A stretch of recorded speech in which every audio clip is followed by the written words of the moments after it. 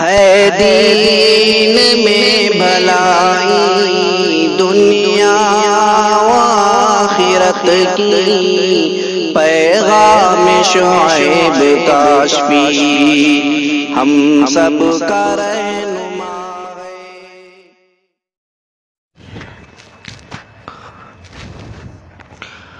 اعوذ باللہ من الشیطان الرجیم، بسم اللہ الرحمن الرحیم۔ الم تر الی الذین اوتوا نصیبا من الکتاب صدق اللہ مولانا العظیم۔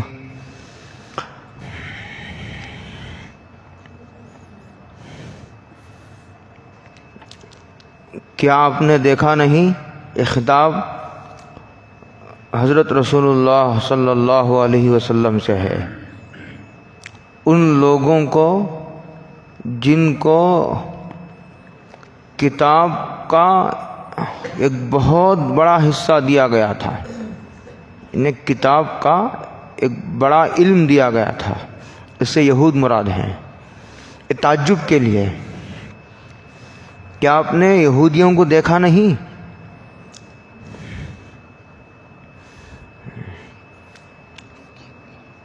یہاں اس آیت میں یہود مراد ہیں، اہل کتاب یہود کو اور نصارہ کو، دونوں کو کہا جاتا ہے، اس لیے کہ حضرت موسیٰ علیہ السلام پر توریت نازل ہوئی تھی اور حضرت عیسیٰ پر انجیل، دونوں کو کتاب دی گئی تھی۔ نصیبا من الکتاب، کتاب کا علم دیا گیا تھا۔ بعضوں نے کہا کہ کتاب کا بہت بڑا علم دیا گیا تھا، یعنی توریت کا۔ بعضوں نے یہ کہا کہ ہم نے ان کو، کیا آپ نے ان کو نہیں دیکھا جن کو ہم نے کتاب کا تھوڑا علم دیا گیا تھا؟ دونوں نصیباً میں علماء کے لیے عرض ہے، اگر یہ جو تنوین ہے دو زبر کے نصیباً، اس کو عربی میں کہتے ہیں للتکثیر، یعنی یہ بتانے کے لیے آتا کہ ہم نے ان کو بہت بڑا علم دیا تھا کتاب کا، یعنی توریت کا۔ اگر اس کو تحقیر کے لیے مانے، اس لیے کہ جو تنوین ہے تحقیر کے لیے بھی آتی ہے، تب ترجمہ یہ ہوگا کہ آپ نے ان لوگوں کو دیکھا نہیں جن کو ہم نے کتاب کا بہت تھوڑا علم دے رکھا ہے۔ یہ دو ذہن میں رکھیے، آگے سمجھ میں آئے گا۔ ان کو یدعون الی کتاب اللہ، ان کو بلایا جاتا ہے اللہ کی کتاب کی طرف۔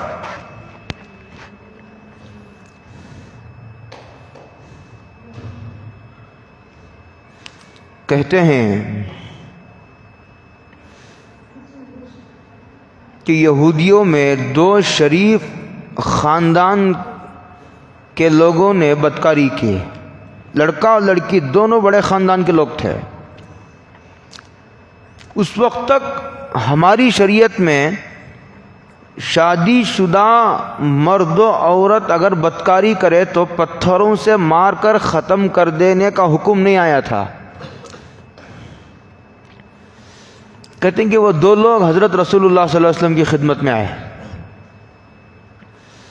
آ کر کے انہوں نے کہا کہ ایسا ایسا واقعہ پیش آیا ہے، کیا کریں؟ تو حضور نے فرمایا کہ تمہاری توریت لاؤ۔ توریت کو سامنے رکھ کر، اس لیے کہ ہمارے اس میں ابھی یہ مسئلہ نازل نہیں ہوا، اس لیے تمہاری توریت کو سامنے رکھ کر ہی میں مسئلہ بتا دوں گا۔ وہ کتاب لیا ہے، کہتے ہیں جہاں وہ مسئلہ تھا وہاں یہودیوں کے ایک عالم نے ہاتھ رکھ دیا۔ حضرت عبداللہ ابن سلام جو بعد میں چل کر کے مسلمان ہوئے، انہوں نے کہا کہ حضور اور آگے چلیے ذرا، تو اس میں سنسار کی سزا مذکور تھی، ذکر کی گئی تھی اس میں، سنسار کے، اس کو کہتے ہیں یدعون الی کتاب اللہ۔ یہاں بھی الکتاب سے مراد توریت، یہاں بھی الکتاب اللہ سے مراد توریت۔ بلایا گیا، خیر انہوں نے اس کے مطابق ان کو مار کر کے سنسار کر دیا، لیکن ان کو بہت گراں گزرا یہ بات ان پر۔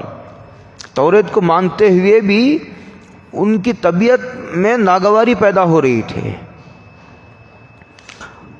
یہ ایک شان نزول یہ ہے اس کا۔ بعض کہتے ہیں کہ اہل کتاب کو اللہ کی کتاب یعنی قرآن کی طرف بلایا گیا تاکہ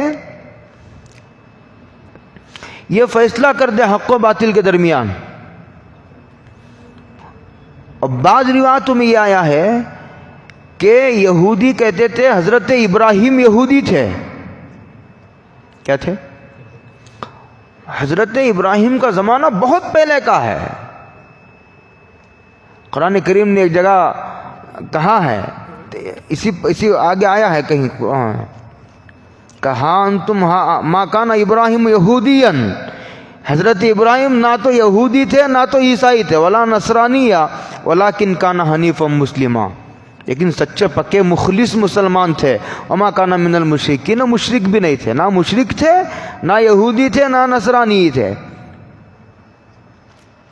ایک جگہ قرآن کریم نے کہا ہے، کہیں ہے آگے پیچھے، ہاں، یا اہل الکتاب لم تحاجون فی ابراہیم وما انزلت التوراۃ والانجیل الا من بعدہ۔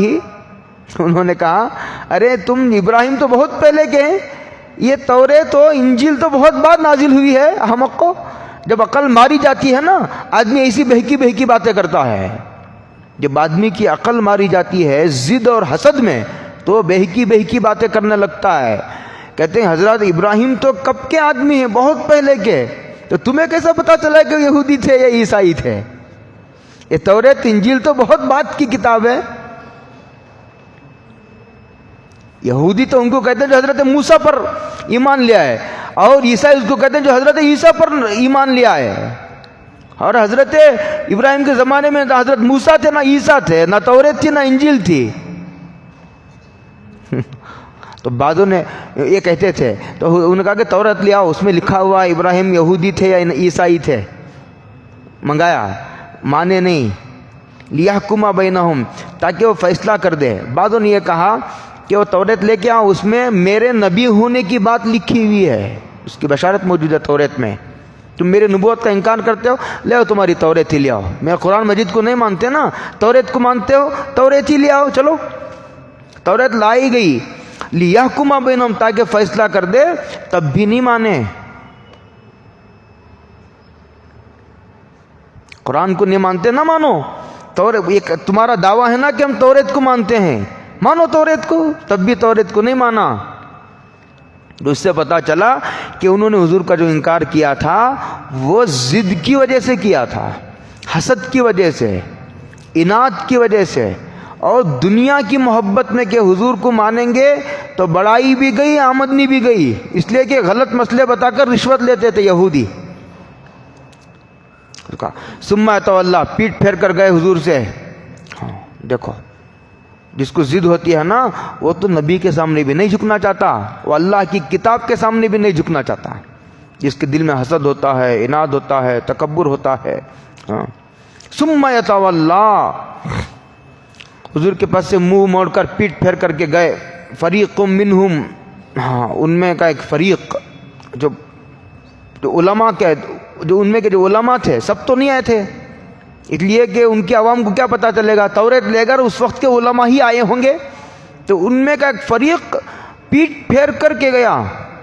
وہم مورزون، وہ جسمانی اعتبار سے بھی پیٹ پھیر کر جا رہا تھا، وہم مورزون، اور دل سے بھی اعراض کر رہا تھا کہ ہم نہیں مانیں گے۔ یہ قصہ قرآن نے سنایا ہے، یہ سنا کر کون ہے؟ دعا مانگ رہے ہیں۔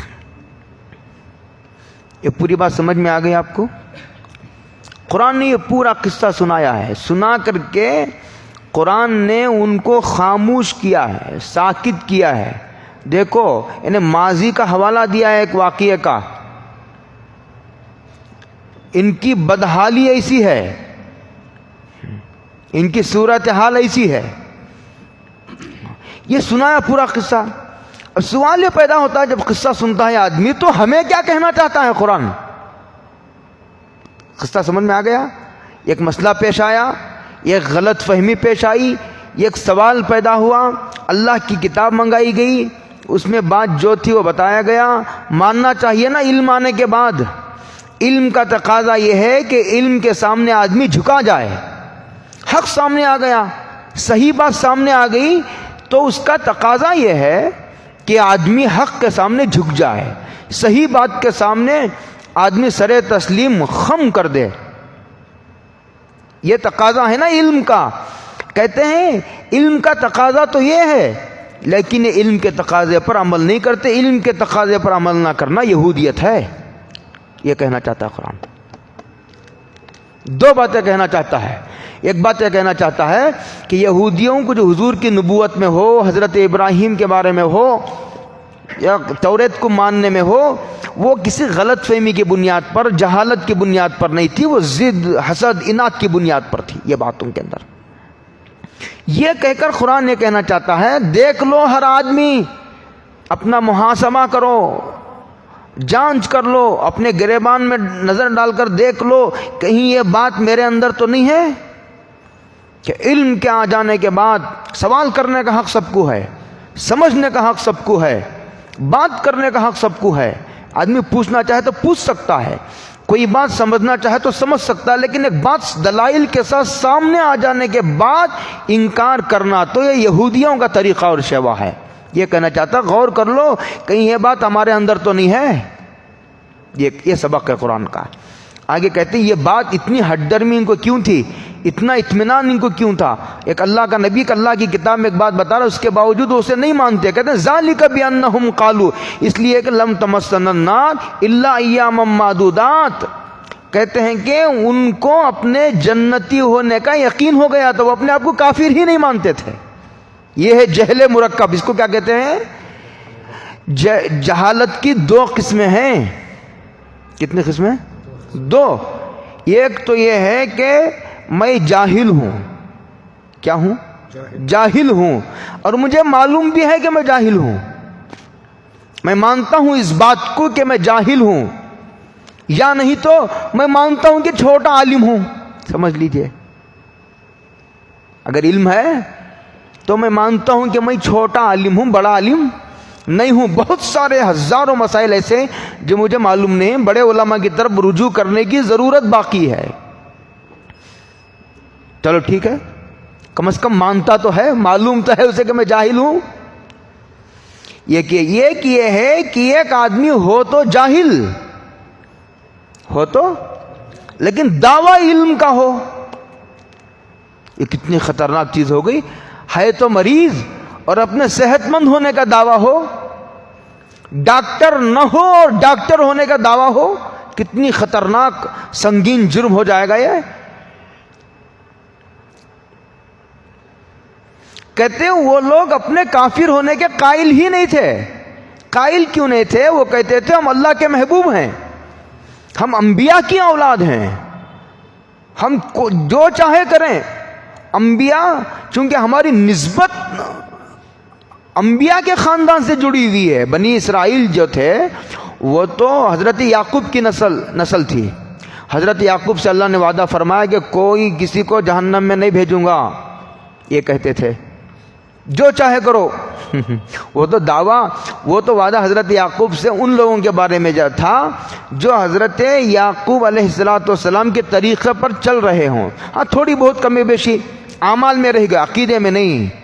بہت جگہ میں اس کی وضاحت کر چکا ہوں، عقیدے کی کمزوری معاف نہیں۔ ہاں ایسا کہ ایک باپ ہے، ایک بیٹا ہے، باپ اعلیٰ درجے کا مسلمان تھا، اللہ کا ولی تھا، انتقال ہو گیا۔ بعد میں بچہ اسی کے راستے پر چل رہا تھا، اسی کی ڈگر پر، لیکن اس درجے کا مسلمان وہ نہیں تھا، لیکن عقیدے میں دونوں برابر تھے۔ 19-20 کا فرق تھا یا 15-20 کا فرق تھا اعمال میں۔ مر گیا تو اس بچے کو اس باپ کے درجے پر پہنچا دیا جائے گا، یہ روایتوں میں ہے۔ الحقنا بہم ذریتہم، قرآن میں بھی ہے، وما التناہم من عملہم من شیء۔ یہ ان بچوں کے بارے میں یا ان ماں باپ کے بارے میں ہے کہ ایک بچہ بلند مرتبہ پر فائز ہے، باپ ادنا درجے کا مسلمان ہے، لیکن عقیدہ وہی ہے جو اس کے بچے کا ہے، وہ مشرک نہیں ہے، تو اس باپ کو اس بچے کے درجے پر پہنچا دیا جائے گا. اس لیے کہ اگر باپ ایک جگہ ہو بچے ایک جگہ ہو تو جنت کا کیا مزہ آئے گا. اس لیے جنت میں یہ حسرت باقی نہیں چھوڑی جائے گی، وہ حسرت بھی پوری کر دی جائے گی. یہ ہے، یہ کہتے تھے کہ ہم جو چاہے کریں. حضرت یعقوب سے اللہ نے وعدہ کیا، ہم اللہ کے محبوب ہیں، ہم اللہ کے بیٹے ہیں، نحن ابناء اللہ و احباہ، قرآن میں ہے. ان کا یہ دعویٰ تھا. اس کا کہتے ہیں یہ اس وجہ سے تھی یہ بات ان کے اندر، لن تمسنا النار الا ایاما معدودات.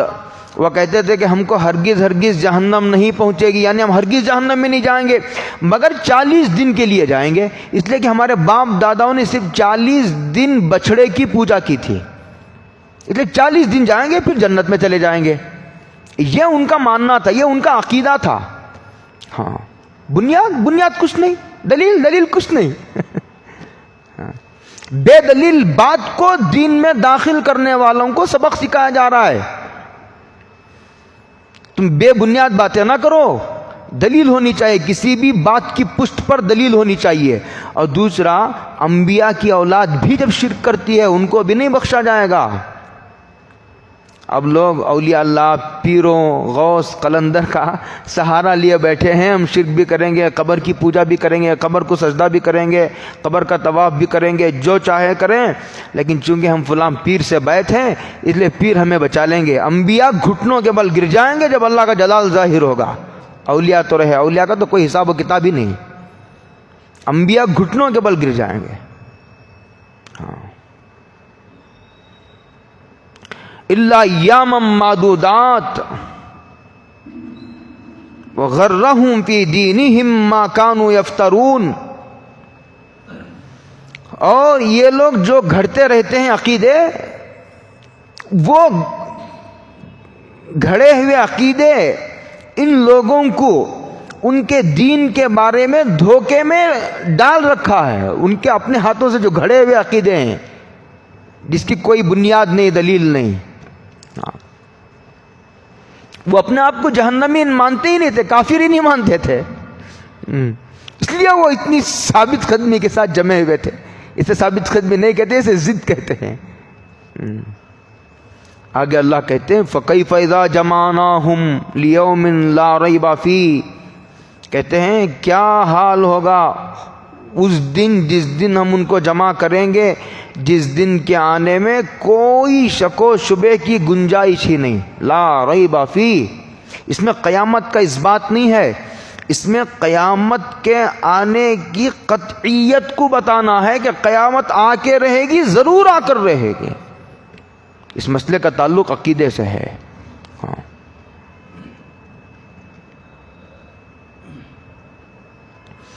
مرنے کے بعد کا جو عقیدہ ہے کہ دوبارہ اٹھایا جائے گا، اس کا استحضار ہی آدمی کو اپنی اصلاح پر مجبور کرتا ہے. ورنہ مرنے کی بات کی زندگی کوئی نہ مانے تو اسے نیکیاں کرنے کی کیا ضرورت ہے، برائی سے بچنے کی کیا ضرورت ہے. کیا حلال، کیا حرام، کیا جائز، کیا ناجائز، جو چاہے کرو. اور عیسیٰ کی ٹوپی موسیٰ کو، موسیٰ کی ٹوپی عیسیٰ کو پہناتے رہو، اور جو چاہے اخلاق بد اخلاقی کرتے رہو، بد کرداری کرتے رہو، کچھ سزا نہیں، نیکیوں پر کوئی ثواب نہیں. اگر ایسی بات ہو تو پھر کسی کو نیک کام کرنے کی کیا ضرورت ہے، گناہوں سے بچنے کی کیا ضرورت ہے. اس لیے بیچ بیچ میں رہ کر قرآن اور مرنے کے بعد والی زندگی کو یاد دلاتے رہتا ہے. اور ایک اشارہ قرآن نے درمیان میں یہ آیت لا کر کے یہودیوں کی 2 برائیوں کو ذکر کرنے کے بعد یہ آیت لا کر کے یہ بتایا کہ جس آدمی کا یوم آخرت پر عقیدہ کمزور ہو جاتا ہے وہ ایسی بد عملی میں مبتلا ہوتا ہے. بد عملی کی بنیاد یہ ہے کہ آدمی کو مرنے کے بعد کی زندگی پر کا یا تو وہ یقینی نہیں ہے، ایمانی نہیں ہے اس کا، اس پر ہے تو استحضار نہیں ہے، بہت کمزور ہے اس کا عقیدہ، تبھی تو آدمی بد عملی کی طرف جاتا ہے، بد اخلاقی کا راستہ اختیار کرتا ہے. آگے کا وَوَفِّيَتْ كُلُّ نَفْسٍ مَّا كَسَبَتْ وَهُمْ لَا يُظْلَمُونَ. اور ہر آدمی کو اچھا ہو یا برا جو کچھ کیا ہو اس کا پورا بدلہ دیا جائے گا وہاں پر. یہ بھی لفظ قرآن جگہ جگہ اوفیت کہتے ہیں, پورا بدلہ دے دینا, کسی عمل کا پورا بدلہ. دیکھو دنیا میں ہر نیکی کا بدلہ ملنا ضروری نہیں ہے, ہاں, اور جس نیکی کا جو بھی بدلہ ملتا ہے وہ نیکی کا پورا بدلہ نہیں ہے. ہر دو باتیں یاد رکھو, ہر نیکی کا بدلہ دنیا میں ملنا ضروری نہیں, اور جو بھی بدلہ نیکی کا جو کچھ بھی دیا جاتا ہے وہ پورا بدلہ نہیں ہے نیکی کا. نیکی کا پورا بدلہ تو قیامت میں ملے گا. اسی طرح ہر گناہ کی سزا ملنا دنیا میں ضروری نہیں ہے, اور دنیا میں گناہ کی جو کچھ سزا ملتی ہے وہ بہت تھوڑی ہے, ورنہ گناہ کی پوری سزا تو وہ مرنے کے بعد ہی ملے گی. اوفیت کل نفس ما کسبت وہم لا یظلمون. بسا اوقات ایسا ہوتا ہے کہ ایک آدمی گناہ پر گناہ کرتا چلا جاتا ہے, سزا ہی نہیں دیتے اللہ. اس لیے کہ یہ دارالجزا نہیں ہے, یہ دارالعمل ہے, یہ دارالامتحان ہے, یہ عمل کی جگہ ہے, یہ دارالعجور نہیں ہے, یہ دارالحقوق ہے. یہ اللہ اور اس کے بندوں کے حقوق ادا کرنے کی جگہ ہے, یہ اجر پانے کی جگہ نہیں ہے. اسی لیے کسی کو بہت مالدار دیکھ کر کے آدمی کو اس کے مقبولیت پر استدلال نہیں کرنا چاہیے, یہ دھوکہ ہے. اور کسی کو غریب دیکھ کر کے یہ کہنا کہ یہ مردود ہے اللہ کے نزدیک, اس طرح استدلال کرنا ٹھیک نہیں ہے. اس لیے کہ یہ یوم الدین نہیں ہے, یہ بدلے کا دن نہیں ہے, اور اس پر کچھ ظلم نہیں کیا جائے گا. جو بھی نیکی کرے گا رتی برابر بھی, فَمَن يَعْمَلْ مِثْقَالَ ذَرَّةٍ خَيْرًا يَرَهُ, تو اس کا ضرور بدلہ دیں گے. ایسا نہیں ہوگا کہ نیکی کی ہو بدلہ نہ ملے, اور یا نہیں تو ایسا نہیں ہوگا کہ ایک گناہ کیا ہو اور 10 گناہ کی سزا دی جا رہی ہو. دونوں جانب سے ظلم نہیں ہوگا. وَهُمْ لَا يُظْلَمُونَ, اللہ رتی برابر کسی پر ظلم نہیں کرتے. وَمَا رَبُّكَ بِظَلَّامٍ لِّلْعَبِيدِ. یہ ہوا. آگے اللہ نے کہا ایک اور بات, ایک دعا سکھلائی اللہ نے نبی کے ذریعے سے. قُلْ اللہم, قُلِ اللہم, کہیے آپ, سکھائیے, کہیے اللہم. اللہم اصل میں یہ عربی میں تھا یا اللہ, یا کو حذف کر دیا جاتا ہے, آخری میں میم مشدد لایا جاتا ہے. یا اللہ کا روایت ہے, کہتے ہیں کہ اللہ کے علاوہ کسی کو مالک کہنا جائز نہیں, مالک صرف اللہ ہے. کہتے ہیں توتی الملک من تشاء, بادشاہت کا مالک تو ہی ہے. توتی الملک من, جس کو چاہتا ہے بادشاہت دیتا ہے. یعنی تو جس کو چاہتا ہے, ہر آدمی چاہتا ہے مجھے بادشاہت ملے, لیکن کہتے ہیں وہ نہیں, تو جس کو چاہتا ہے بادشاہت دیتا ہے. وہ تیرے فیصلے ہیں کہ بادشاہت کس کے مناسب ہے. ملک کے کتنے بادشاہ ہوتے ہیں؟ ایک ہی تو بادشاہ ہوتا ہے, وزیر اعظم ملک کا ایک ہی ہوتا ہے. 130 کروڑ کا ایک ہی آدمی بادشاہ ہوتا ہے, اور اسے معلوم ہے کسے بادشاہ بنانا. وہ تکوینی مصلحتیں ہیں. توتی الملک من تشاء, اسی لیے کسی بادشاہ, وہ بادشاہ بنانا تو وہ تکوینی مصلحت کے بنیاد پر ہے. اسی لیے جو بھی بادشاہ بنے گا یہ اس بات کی دلیل نہیں ہے کہ وہ اللہ کے نزدیک مقبول ہے, اور وہ اس بات کی دلیل نہیں ہے کہ وہ افضل ہے پورے انسانوں میں. ایسا ہو سکتا ہے کہ جو اس کی رعایا ہو, رعایا میں بادشاہ سے بھی زیادہ افضل لوگ ہوں, ایسا ہو سکتا ہے. توتی الملک من تشاء. آگے فرمایا وَتَنزِعُ الْمُلْكَ مِمَّن تَشَاءُ, اور جس کو چاہتا ہے, جس سے چاہتا ہے تو بادشاہت کو چھین لیتا ہے, جس کو چاہتا ہے دے دیتا ہے, اور جس سے چاہتا ہے بادشاہت کو چھین لیتا ہے. یعنی اس میں بتانا یہ ہے کہ بادشاہ بھی بے بس ہے, بادشاہ بھی عاجز ہے, عام لوگوں کی طرح. بادشاہوں کی تمام مصلحتیں اللہ کی مشیت کے تابع ہیں.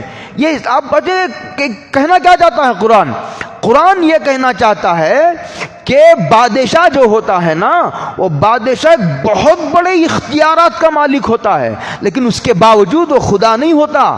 اس لیے کہا جا رہا ہے کہ آپ کو معلوم نہیں, تاریخ پڑھیں گے تو معلوم ہوگا, مصر میں فرعون کی پوجا کی جاتی تھی. جو بادشاہ ہوتا تھا مصر کا, اس کی پوجا کی جاتی تھی, اسے خدا کا اوتار مانا جاتا تھا. ایران میں بھی یہی حال تھا, اور یہ جرمنی میں ہٹلر ہے نا, ہٹلر ہاں اس نے بھی خدائی کا دعویٰ، اس کے بھی خدائی کی طرح اس کی بھی پوجا کی جاتی تھی، معلوم ہے آپ کو.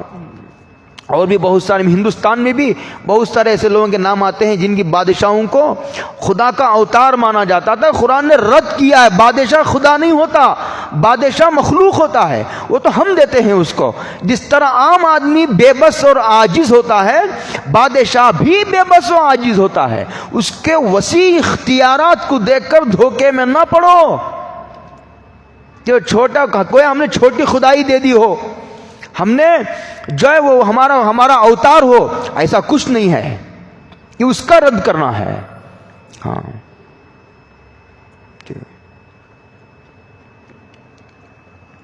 وَتَنزِعُ الْمُلْكَ مِمَّنْ تَشَاءُ، اسی لیے کسی غریب کو نا امید ہونے کی ضرورت نہیں ہے، اور کسی مالدار کو بے خوف ہونے کا موقع نہیں ہے. مالدار غریب ہو سکتا ہے اور غریب مالدار ہو سکتا ہے.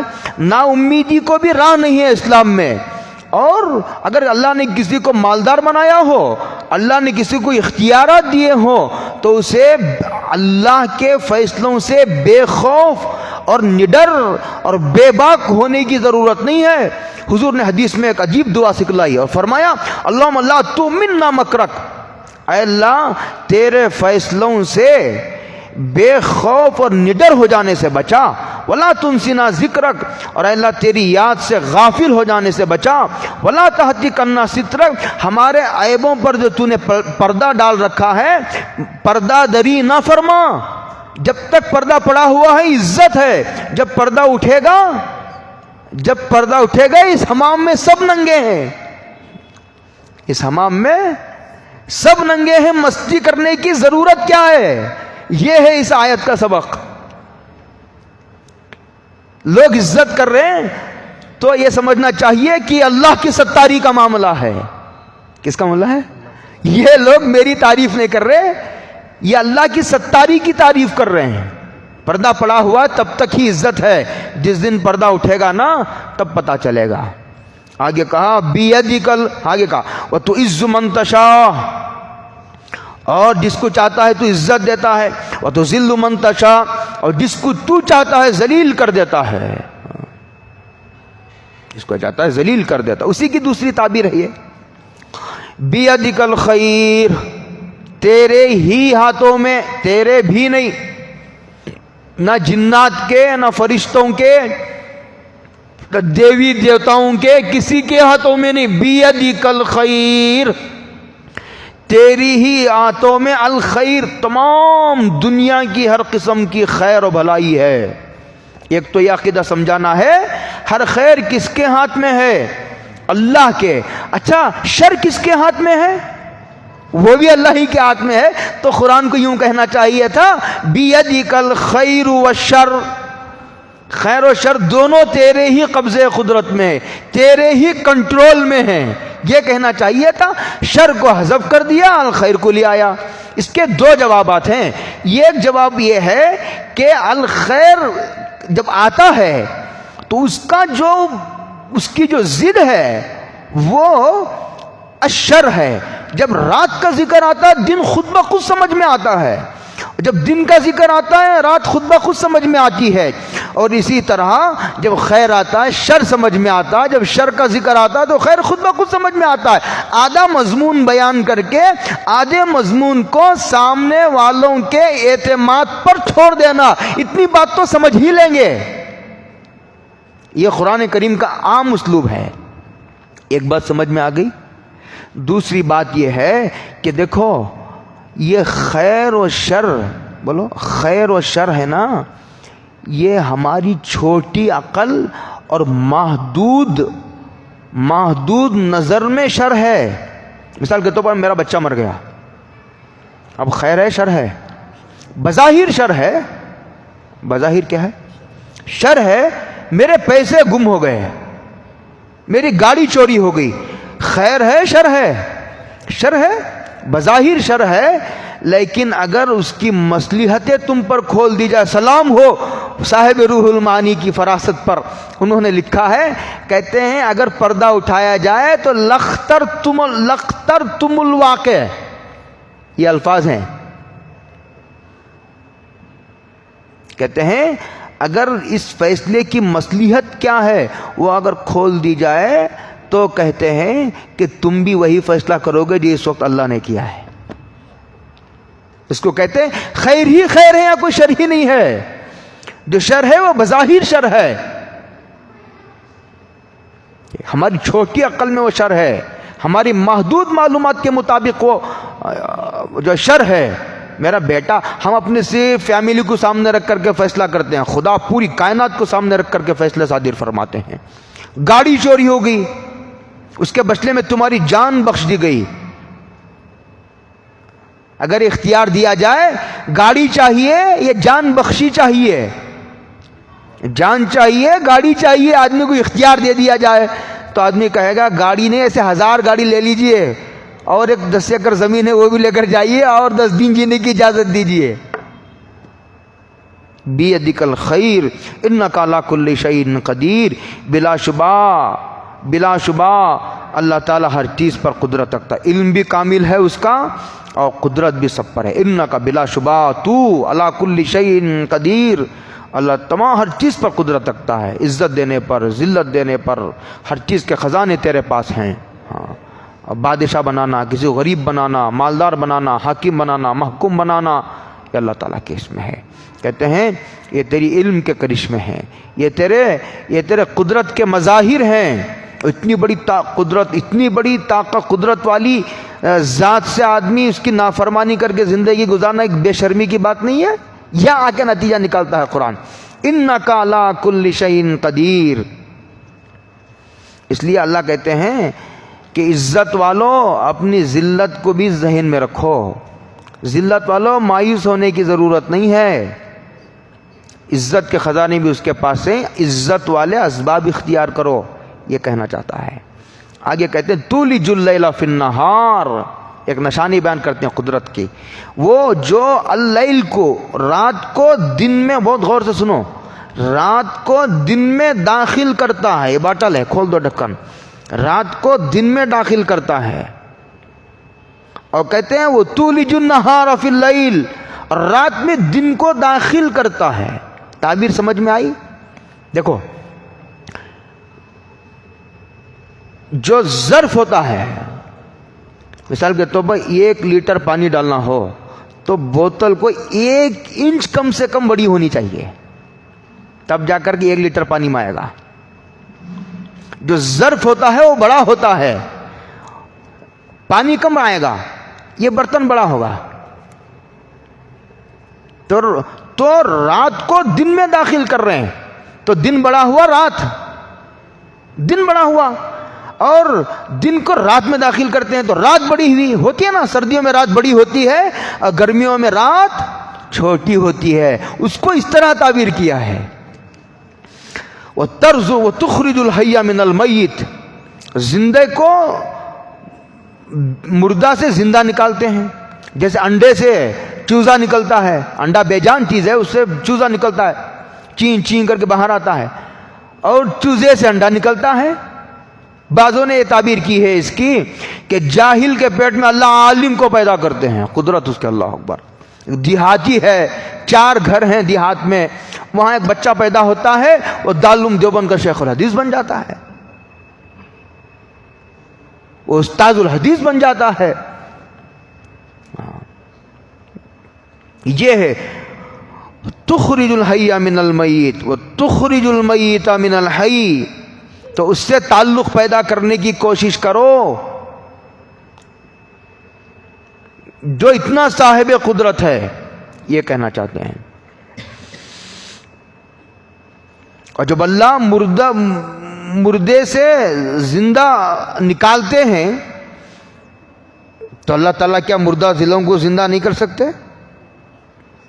یہ کہنا چاہتے ہیں. وَتَرْزُقُ مَن تَشَاءُ بِغَيْرِ حساب.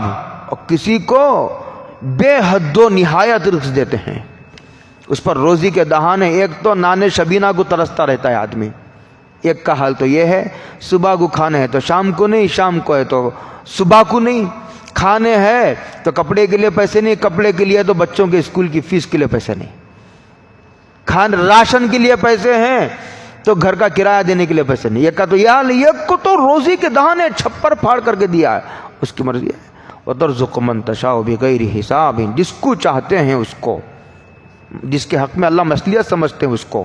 ویسے اللہ قدرت تو اس بات پر ہے اللہ کو کہ ہر آدمی کو بادشاہ بنا دے اور ہر آدمی کو مالدار بنا دے, لیکن ایک 2 دن کے لیے ہر آدمی کو مالدار بنا دے, 2 دن کے لیے صرف ہر آدمی کو بادشاہ بنا دے تو دیکھو کیا صورتحال ہوگی. ابھی دوسرے دن کے 24 گھنٹے پورے نہیں ہو گئے, ساری دنیا جل کر راکھ ہو جائے گی. ہر بادشاہ چاہا کہ میرا چلنا چاہیے. میں بہت تفصیل میں نہیں جانا چاہتا, اس کی ورنہ اس کے بہت جزیات یاد ہیں مجھے. وَتَرْزُقُ مَن تَشَاءُ بِغَيْرِ حساب, یہ مالداری اور غریبی کی تقسیم یہ اللہ کے علم کامل کا نتیجہ ہے, یہ اس کی تقسیم ہے. یہ عالم و جاہل کے ہاں. آگے ایک اور مسئلہ بیان اوپر مضمون یہ تھا, یہودیوں کی برائیاں بیان کی تھی. آگے اللہ کہتے ہیں لا يتخذ المؤمنون الکافرین اولیاء من دون المؤمنین, ایمان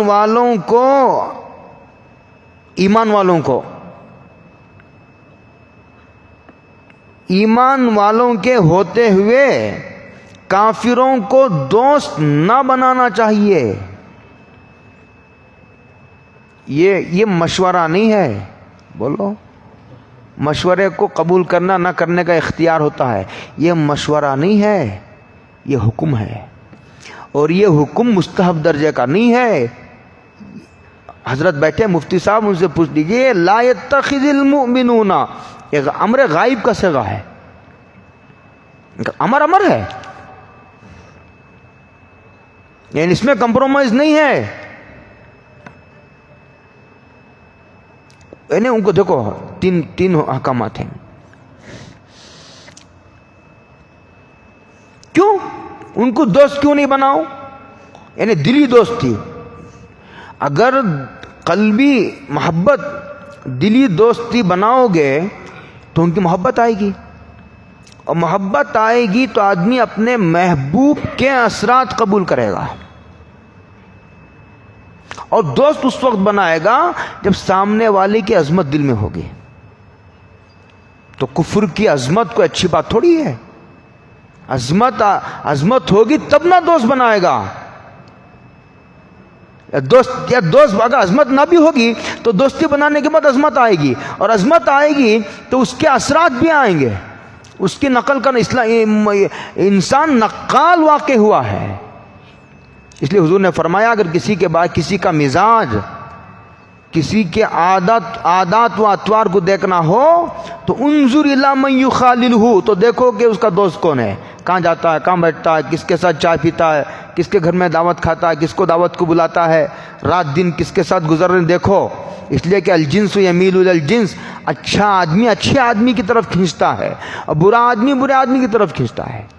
مجھے یاد آتا ہے ایک مرتبہ کہتے ہیں الذین یقولون کذا افلاطون, کہتے ہیں لنگڑا تھا واللہ تعالی علم, بس اسٹینڈ میں کھڑے ہو کر بس کا انتظار کر رہا تھا. اس وقت بسیں نہیں تھی, میں مثال دے رہا ہوں.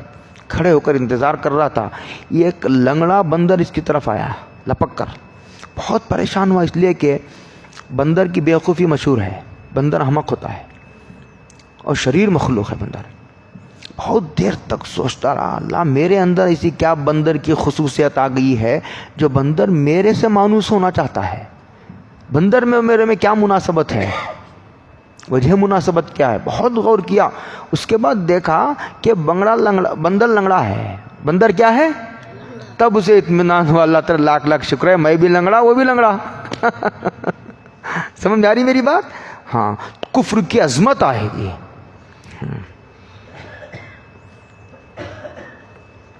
اب پھر آدمی کی طبیعت کفر کی طرف مائل ہوگی, اور ہر وہ دروازہ جس راستے سے کفر آتا ہو, ہر وہ کھڑکی, ہر وہ سوراخ جس سے کفر اور سرکشی آتی ہو, اس کے دروازوں کو بند کرنے کا حکم دیا ہے. اب وقت نہیں ہے, سناؤں ایک قصہ سناؤں آپ حضرات کے بعد, وقت ہے. حضرت موسیٰ اور حضرت خضر کا واقعہ جو ہے وہ قرآن کریم نے تفصیل سے بیان کیا ہے. 3 قصے پیش آئے. اس میں یہ قصہ یہ پیش آیا کہ حضرت خضر اور حضرت موسیٰ علیہ السلام چلے جا رہے ہیں. چند بچے میدان میں کھیل رہے ہیں، چند بچے. تو حضرت خضر نے اس میں سے ایک معصوم بچے کو پکڑ کر قتل کر دیا. تو موسیٰ نے کہا ارے خضر یہ کیا ہوا؟ ایک معصوم بچہ، بے گناہ بچہ کھیل رہا ہے، پکڑ کر کے قتل کر دینے کی کیا ضرورت تھی تمہیں؟ وہ بھی نبی یہ بھی نبی.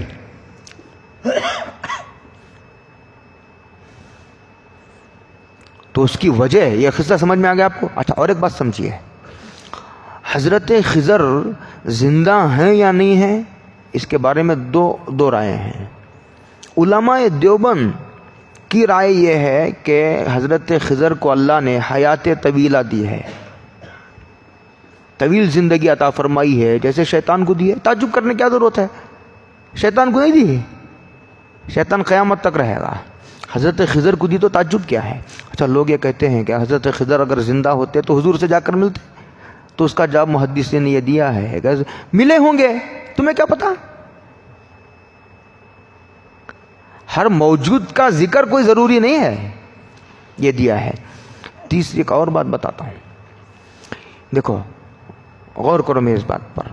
بچے کو پکڑ کر خضر نے قتل کر دیا تو واویلا کون مچانا چاہیے؟ بولو، پورے بچے مچانا چاہیے نا کہ مار دیا مار دیا مار دیا. واویلا مچانے والے صرف موسیٰ تھے. ان بچوں نے واویلا نہیں مچایا، کشتی کا تختہ توڑا تو واویلا حضرت موسیٰ نے مچایا، کشتی والوں نے نہیں مچایا. تو واقعہ اس دنیا میں پیش ہی نہیں آیا.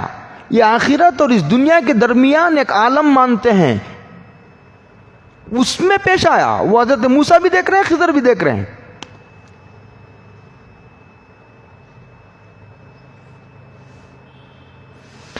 فتح الباری میں حضرت کو ساری تفصیلات سنایا تو ہمارے حضرت مفتی شعیب اللہ خان صاحب، اللہ حضرت کی عمر کو عافیت کے ساتھ ہمارے سروں پر تاج قائم و دائم رکھے. ایسے محدثین کبھی کبھی پیدا ہوتے ہیں، صدیوں میں ایسے علماء پیدا ہوتے ہیں.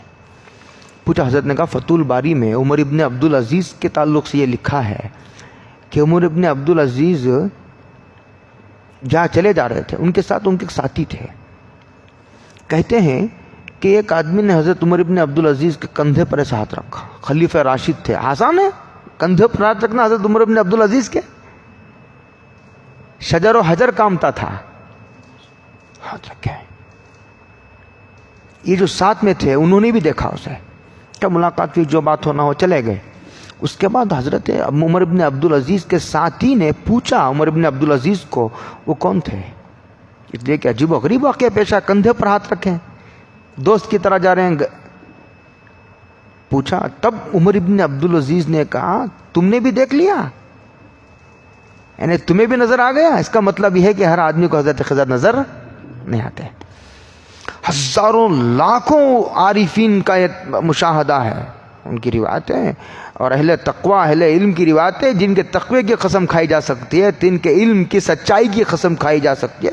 ایسے ہزاروں لوگوں کا کیا واقعات ہیں، تواتر کی حد تک حضرت خضر سے ملاقات کی. حضرت شیخ زکریا صاحب نے محدثین اور متکلمین کے دلائل نقل کرنے کے بعد، عارفین صوفیہ کے دلائل نقل کرنے کے بعد کہا کہ سند کے اعتبار سے محدثین کی رائے کو ترجیح ہے کہ حضرت خضر زندہ نہیں ہے. لیکن اس کے بعد فرمایا وہ آدمی کیسے انکار کر سکتا ہے جس کو مشاہدہ حاصل ہے.